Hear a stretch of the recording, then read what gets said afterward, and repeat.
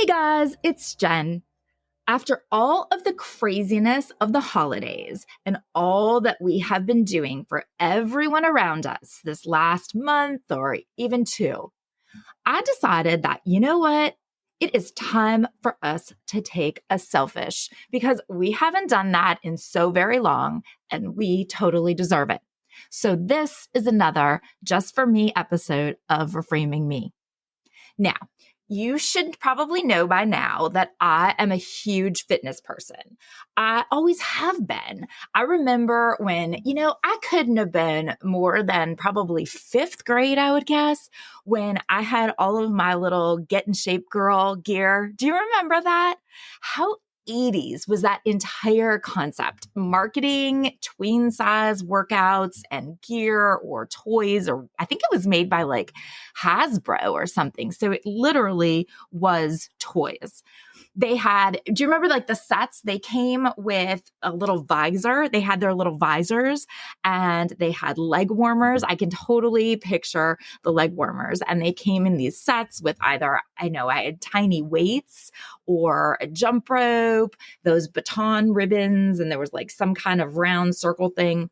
And of course, each one, if you will remember, came with a cassette that had the workout on it. I went back not long ago and looked for the old commercials and I found them on YouTube. The girls were so happy and they just looked like they were having so much fun. So, how could I not get hooked on it? Then I got bigger and I moved on to Gilad. Do you remember Gilad? He was the one in Hawaii on the beach doing aerobics with his whole little crew behind him. I remember I had such dreams of being one of them, like doing crunches in a leotard, on a mat, on the beach. So it was like my goal for a very long time. And then Denise Austin videos were totally a staple in my life.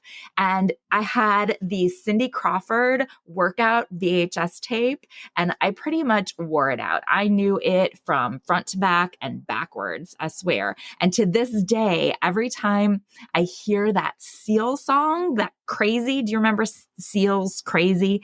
I can picture the exact point in the workout that she played that song. Now, I didn't play sports as a kid. In the 80s, my family was more of a like sports are for boys. So here are some tap shoes kind of family. And I was not climbing the ropes in gym class. I remember like the kids who would like randomly scale all the way up to the top of the ropes. I can still remember the kids who could do that. Well, I was not one of them. I was picked pretty much near the bottom for kickball at recess. And some of the very worst days in my young life were the ones where we had to run the mile in gym class. But nonetheless, I developed such a love for fitness from all of those crazy videos. And now, it's funny as I'm saying that and talking about Gilad and Denise Austin and everything, I realized that I also, in addition to fitness, I love nothing more than wearing spandex. I live in leggings, like yoga leggings, and my absolutely favorite new item of clothing now are those one-piece spandexy unitard outfits. They're like leggings, but they have the tank top attached.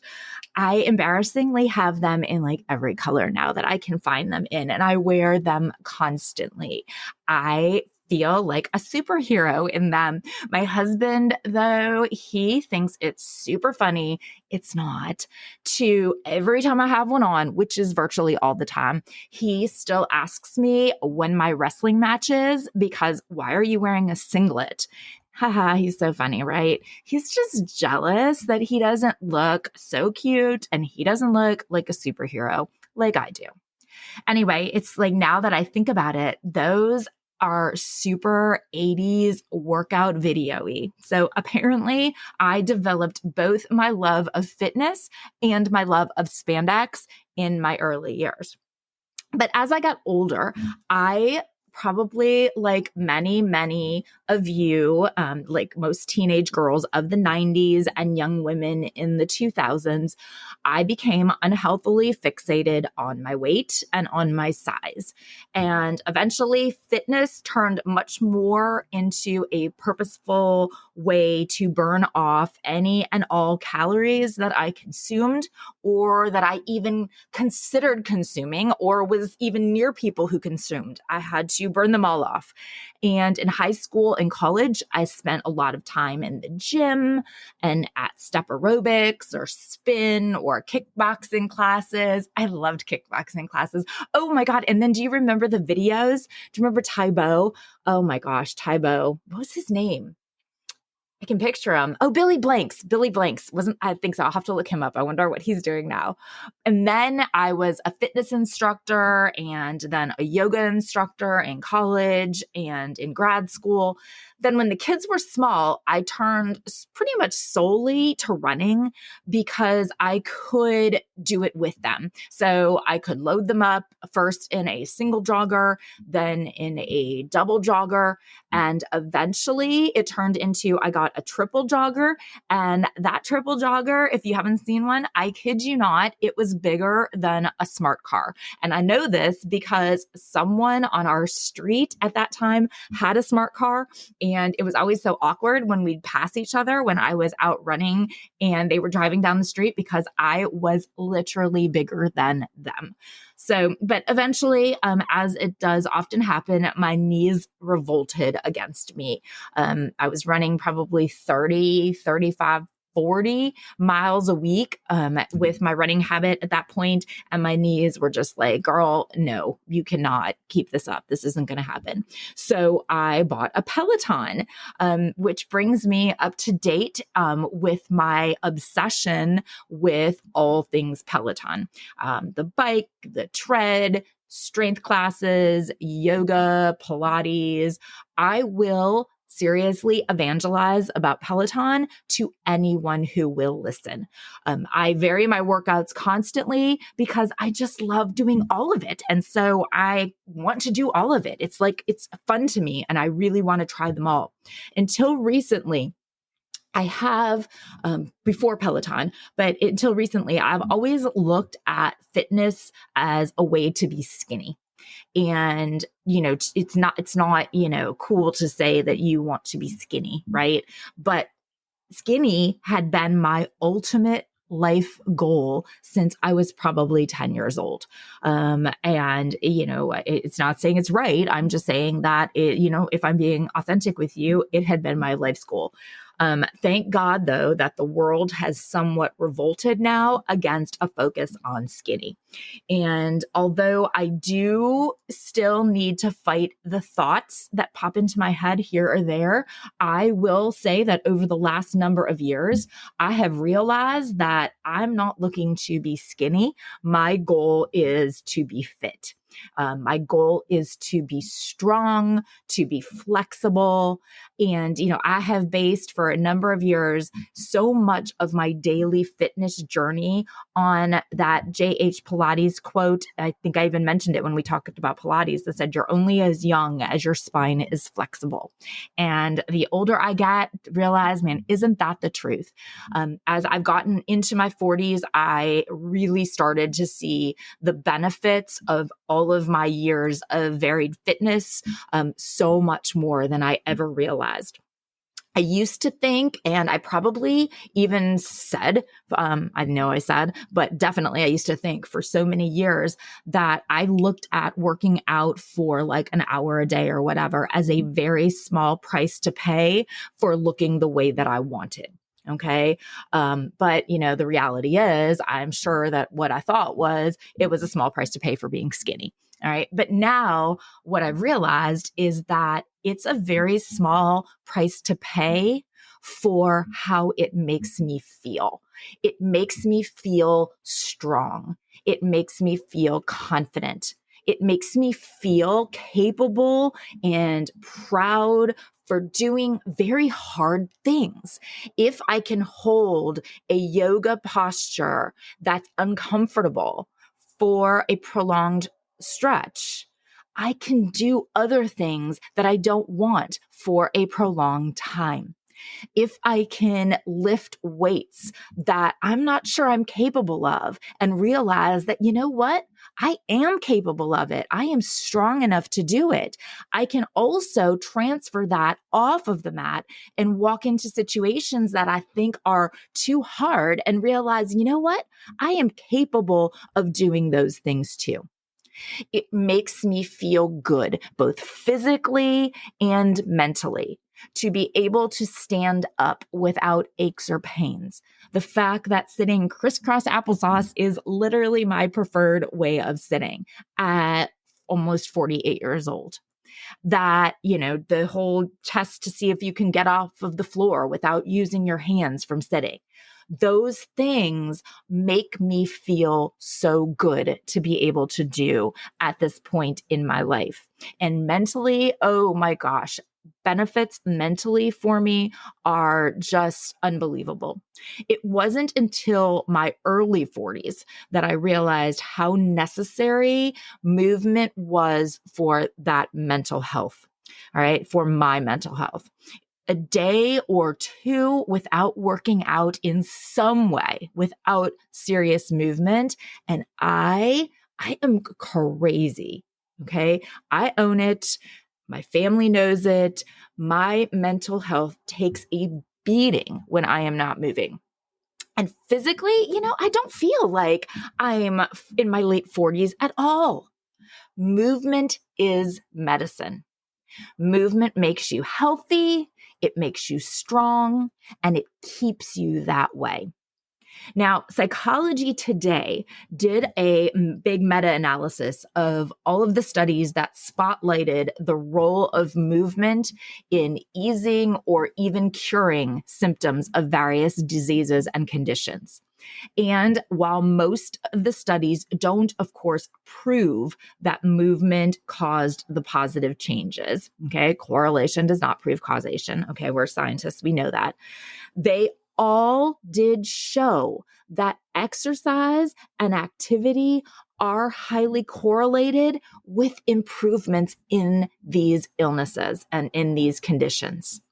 The studies found that physical activity, okay, it improved things like arthritis symptoms. It improved arthritis symptoms by 40%. And it both alleviated symptoms of Parkinson's disease and slowed the progression of the disease. Exercise has been found to reduce the risk of developing type 2 diabetes. Both aerobic exercise and weight training cause striking improvements in brain health and in thinking skills, as well as they slow age-related memory decline. Movement is medicine. And you know what they say now, right? Sitting is the new smoking. Studies show that sitting too much for too long of a period of time increases your risk of dying early. And it's logical because it shows that it reduces the blood flow to the legs and it increases the risk of heart disease because it builds up plaque, or it allows for the buildup of plaque in your arteries. So sitting and not being active enough puts you at a higher risk for things like diabetes and depression and obesity, which of course then brings a whole slew of other conditions with it. And for women specifically, for us, sitting too much and exercising too little have been found to be related to literal biological aging at the cellular level. Movement acts as an anti-inflammatory. It boosts your mental health. It combats depression, stress, and anxiety. In fact, the Anxiety and Depression Association of America even has reported actual evidence that regular exercise literally works as well as medication for some people. I mean, obviously not all of us, but it works as well in combating depression and anxiety for some people. And physical activity itself in general is associated with lower risks of 13 different types of cancer. Movement is medicine. Now, I told y'all about a month or two back that I changed up my workout. Maybe it's my get in shape girl roots, or it's probably more likely my history of an unhealthy obsession with calorie burn. But I am a cardio girl through and through. I don't care what it is. I love me some cardio. Cardio and core. Those are my favorite every day, all day if I could.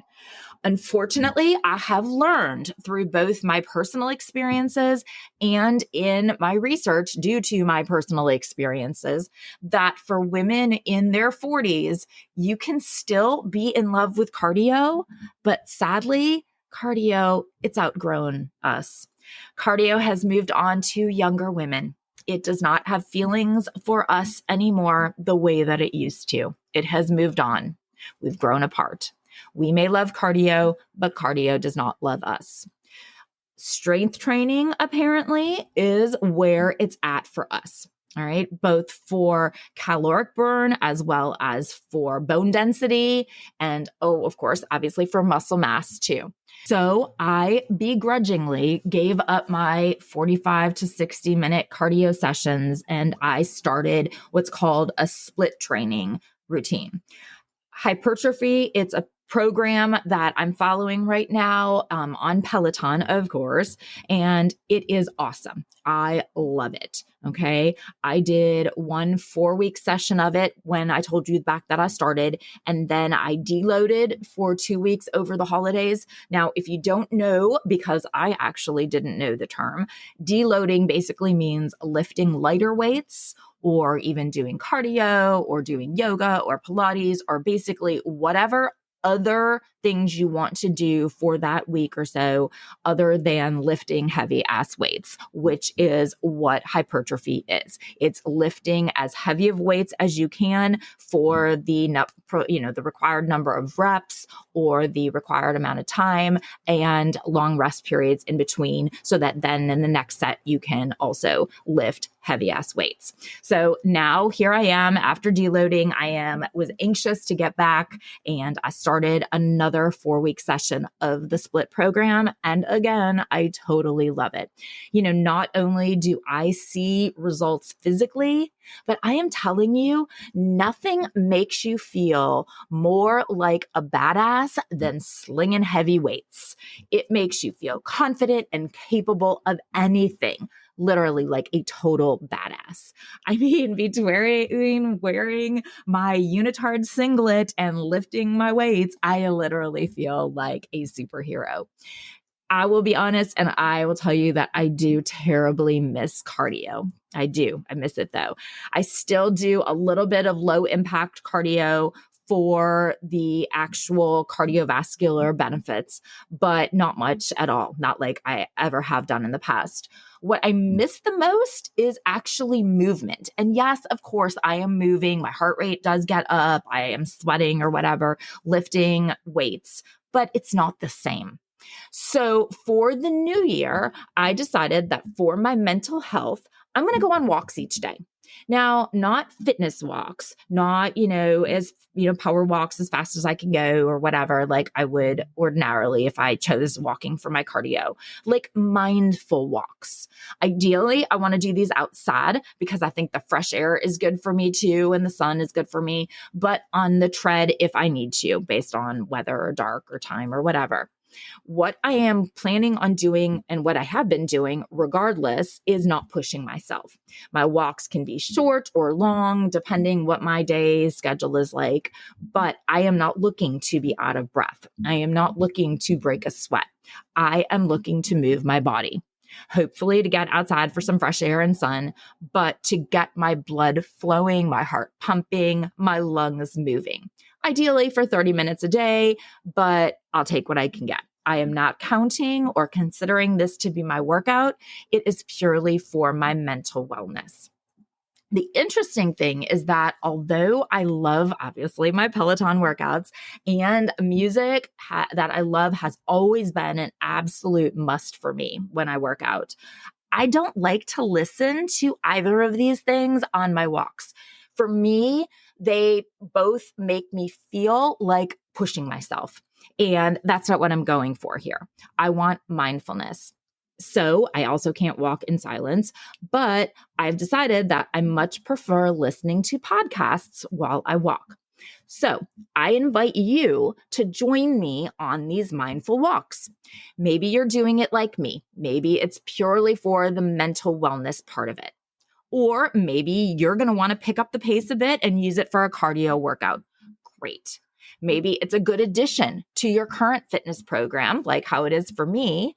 Or maybe it can be your excuse to start on a fitness journey of your own. Maybe you're out walking your dog. So, okay, I actually miss walking my dogs. We have 3 dogs who we love so very much. And we are so lucky to have a big yard for them to run around in, so they don't need to be walked. I would take them anyway, but first of all, 3 is a lot to take, and especially because one of them is horrible on a leash. But we live kind of very, very near, like super near a dangerous, busy road. And I don't like to encourage them in any way that it's okay to head in that direction. Maybe I could train them that if they're walking with me, it's okay. But to me, it is totally not worth taking the chance. But maybe you do walk your dog. Great. Please bring me along and I can dog walk vicariously with you. Or maybe you listen to it in the car on your way to the gym or on your way wherever your little heart desires. It doesn't need to be for a workout because you are also a modern independent woman and you don't need anything to do with what you don't want to do. I 100% support your choices no matter what. I'm going through the archives and I am pulling out some of our oldies that I think you'll enjoy a refresher of. Or if you're new, you'll enjoy them for the first time. I'm going to be editing them down to either exactly 20 minutes or exactly 30 minutes so that they can be the perfect length for you to take with you on your walk. Now, don't worry, new content is still coming. Trust me, like I told you, I have way too many ideas to stop. But we can all use some refreshers, and what better way to get them than on our mindfulness walks, right? So join me because movement is absolutely medicine, 100%. And fitness doesn't seem like it matters until all of a sudden, one day, it becomes obvious how much it does. Thank you so much for being here and for spending this time with me. I know how valuable your time is, and I am always so grateful that you spend it with me. If you enjoyed the show, please share it with your friends, and please take a second to rate it. Maybe even review it if you like it, like a 5, because apparently that's how the algorithms work and how we can get more attention to our lovely little community here. Please follow the show so that you don't miss out on any new content. Follow me and reach out to me on socials, on Instagram and TikTok. I'm Reframing Me. And on Facebook, it's Reframing Me. And please join the Facebook group, Reframing Me, the podcast community. Thanks again for coming along with me on this journey, both figuratively and now literally on our walks. Until next time, be well, communicate, and get out and move.